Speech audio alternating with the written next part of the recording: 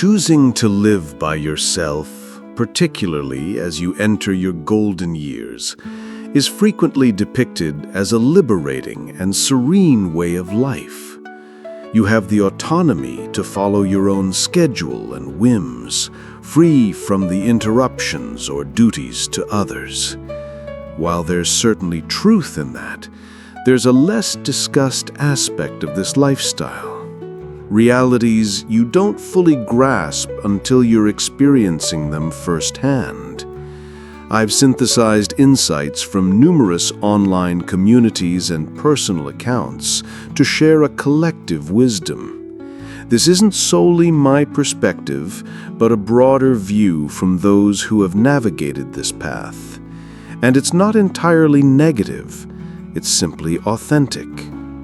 Let's delve into the elements of solo living in later life that often go unmentioned and explore how you can embrace this chapter to its fullest. First, you must serve as your own first responder.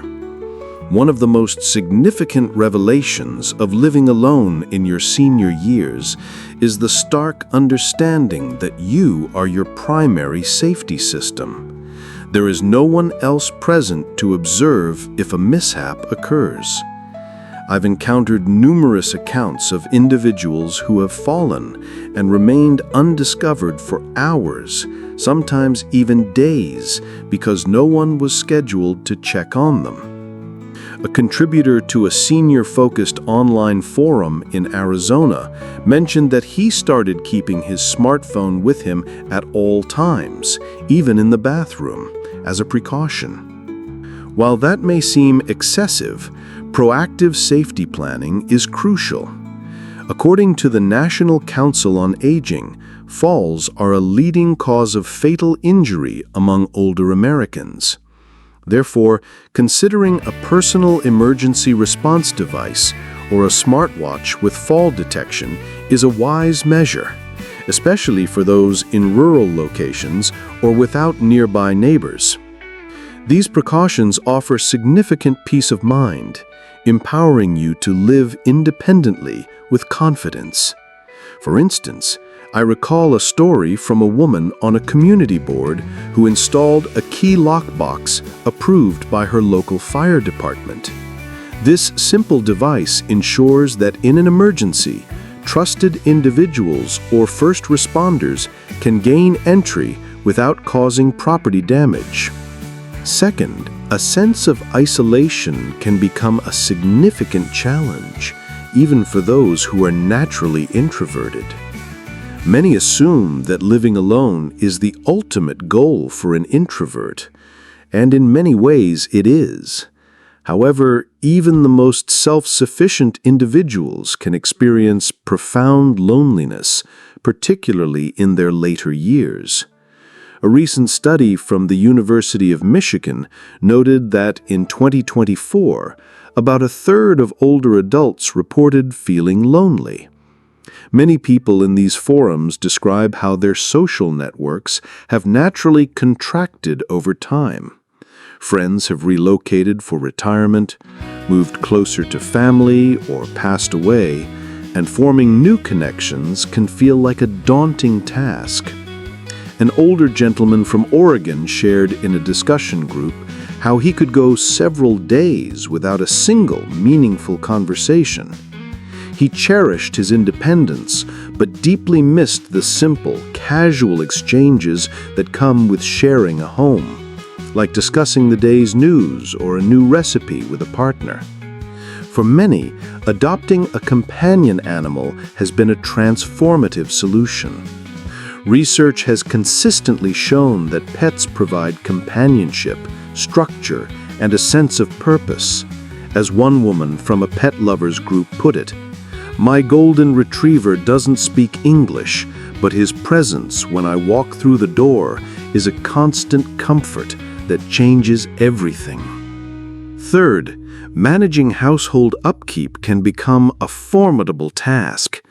A reality that gets progressively harder with age and is seldom discussed is the physical demand of home maintenance. As our bodies age, our energy reserves naturally shift. Chores that were once routine, like clearing gutters, landscaping the yard, or even deep cleaning the house, can feel utterly draining. I've seen countless stories from seniors who admit to letting certain tasks go undone simply because they lack the physical stamina or the motivation to handle them alone. A woman in her late 60s shared that she maintained a running list of home repairs that just kept growing because the thought of tackling them solo was too overwhelming. If you find yourself in this situation, seeking assistance is a sign of strength, not weakness. In the U.S., programs like the Federal Weatherization Assistance Program or nonprofits like Rebuilding Together offer help to eligible seniors with necessary home repairs to ensure safety and efficiency. You might hire a local handyman for more strenuous jobs or arrange for family members to help periodically. And if your financial situation permits, downsizing to a smaller home or condo can be a liberating choice. A more compact living space translates to less maintenance and fewer worries, freeing up your time for more enjoyable pursuits. Fourth, your daily schedule will likely become a cherished anchor, and that is perfectly healthy. A prominent theme across many personal narratives is the profound importance of daily routines when living alone.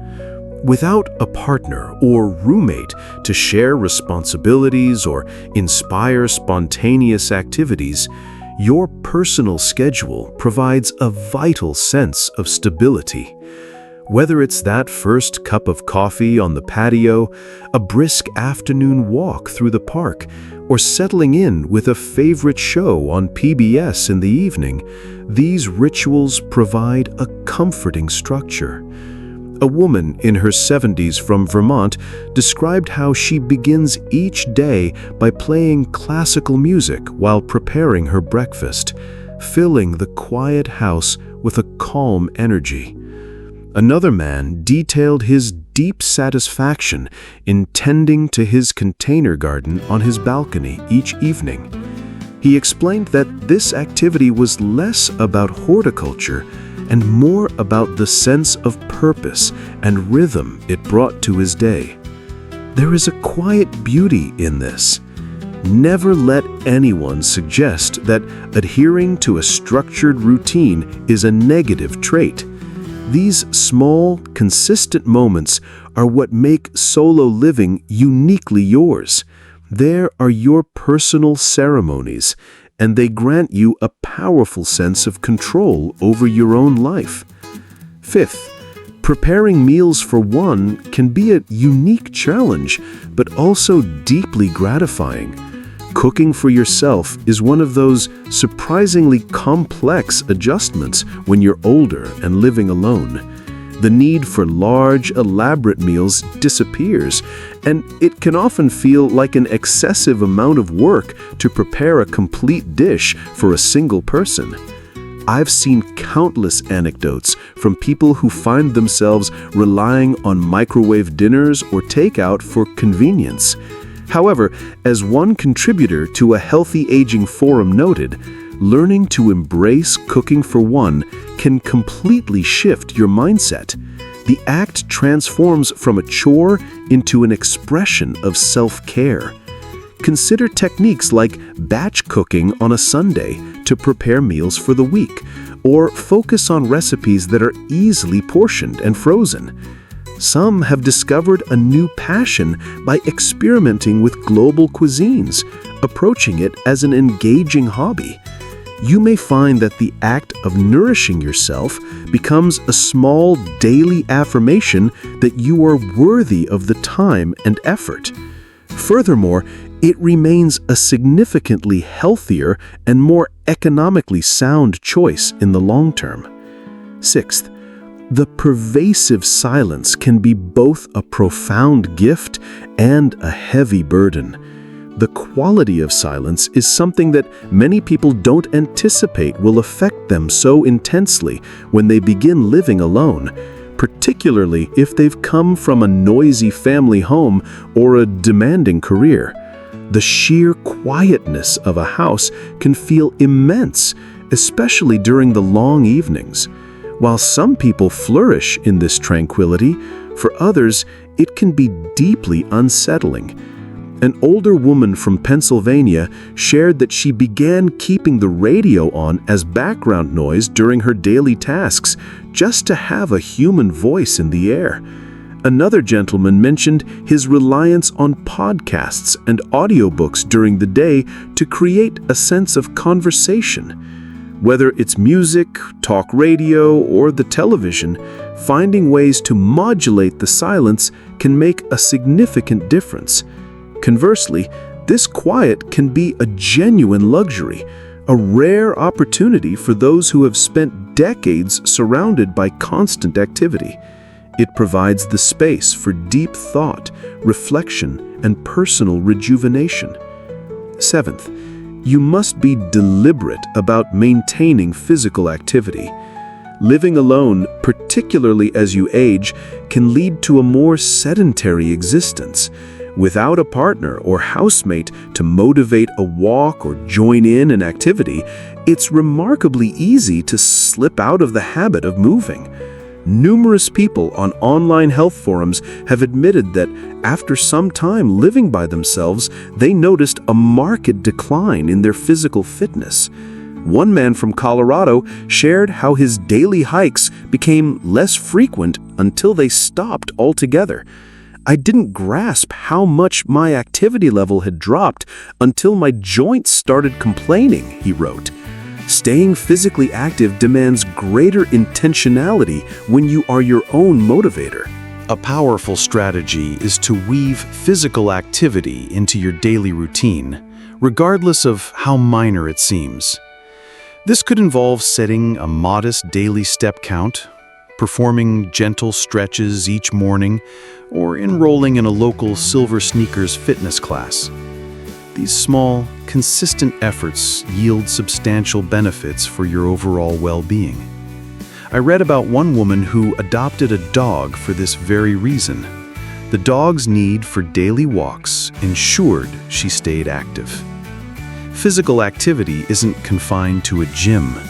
It can be gardening, dancing in your kitchen, or choosing stairs over the elevator. Keeping your body active not only preserves physical health, but also elevates your mood and sharpens your mind. Eighth, your perception of time might warp in unforeseen ways. Another phenomenon that is rarely discussed is how living alone can alter your relationship with the passage of time. Without the external cues provided by another person's schedule, you might find yourself losing track of the day of the week, or even the month. Several people online have shared that the time seems to either drag on interminably or vanish in a blur. A man commented on a forum that after he retired and his wife passed away, he experienced days where he was genuinely unsure if it was Tuesday or Wednesday. This occurs because the familiar structures, a spouse's work schedule, children's school events, are no longer there to anchor the calendar. The positive side is that you now have the authority to create your own rhythm. Some find that a loose schedule is beneficial. For instance, you could designate specific days for certain errands, Mondays for groceries, Thursdays for cleaning, and so on.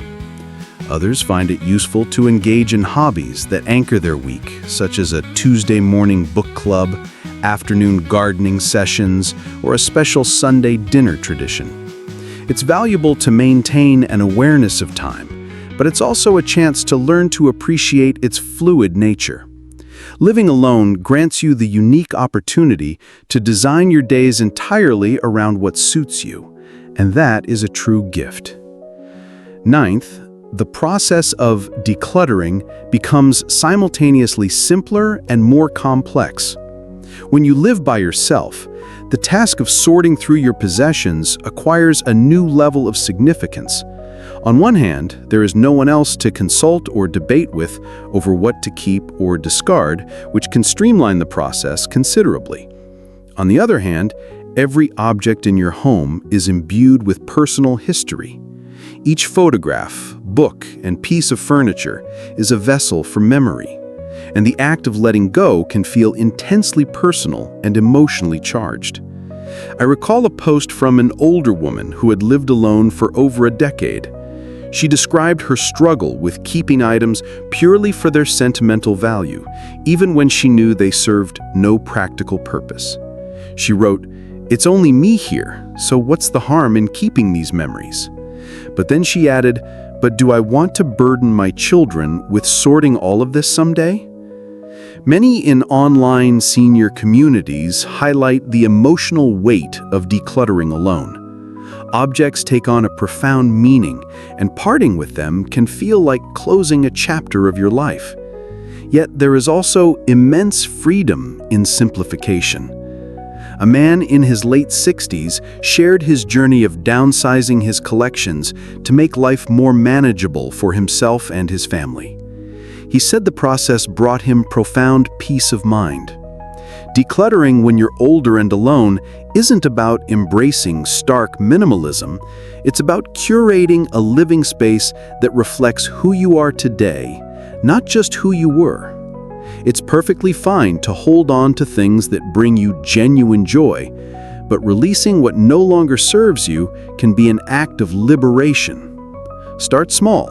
Focus on one drawer or closet at a time, and give yourself the grace to process the emotions that arise. Ultimately, this is your sanctuary, and you have the power to shape it. 10th, social invitations may become less frequent, but you gain the power to curate your own enjoyment. A surprising aspect of aging alone is the gradual decline in social invitations. This isn't necessarily because people have forgotten you, but as friends and family enter new life phases, consumed by their own families, careers, or relocating, you may find yourself on the periphery of group plans. A number of people in forums have expressed a sense of feeling left out as gatherings happened without them. One woman shared a pivotal realization in a discussion thread. "I spent years waiting for the phone to ring. Now I've learned that I have to be the one to make it ring." This is incredibly insightful advice. Rather than passively waiting for invitations, take the initiative to create your own social calendar. It can be as simple as inviting a neighbor for coffee, starting a small book club, or hosting a potluck dinner. The great advantage is that when you are the organizer, you get to tailor the event to your own interests. A man in his 60s from Florida described starting a weekly walking group in his neighborhood. Every Sunday, a small group would meet to explore local parks and trails. This single initiative kept him connected, active, and engaged in something he genuinely loved. Living alone gives you the freedom to be the architect of your social life, so embrace that power. If you enjoy crafts, host a monthly DIY project night. If you're a fan of classic films, plan a weekly movie screening. Be the one who extends the invitation, and you will likely find that others are eager to join. 11th, it's easy to let self-care slide, but it becomes more vital than ever. When you live alone, there's no one to gently remind you that you've been in the same sweatpants for 3 days or that you've skipped a proper meal. It becomes dangerously easy to fall into a pattern of neglecting your own well-being. Many people on forums for seniors confess that living alone can foster an attitude of, "Who am I even doing this for?" The crucial answer is, you are doing it for yourself.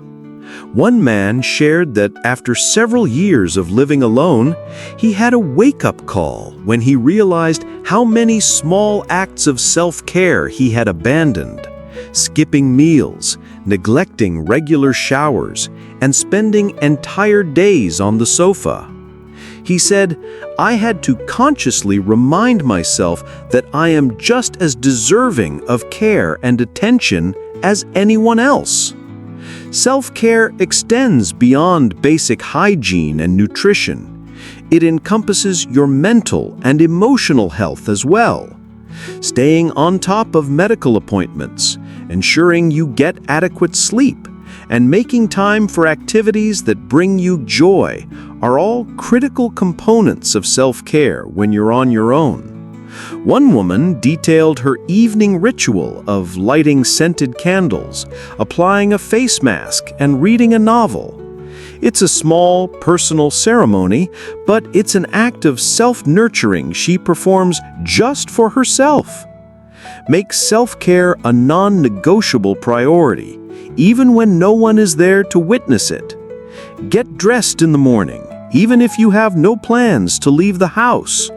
Prepare meals that you truly enjoy, and pamper yourself in ways that make you feel valued and uplifted. You may be living alone, but you still deserve the highest standard of care, and you are the one best positioned to provide it.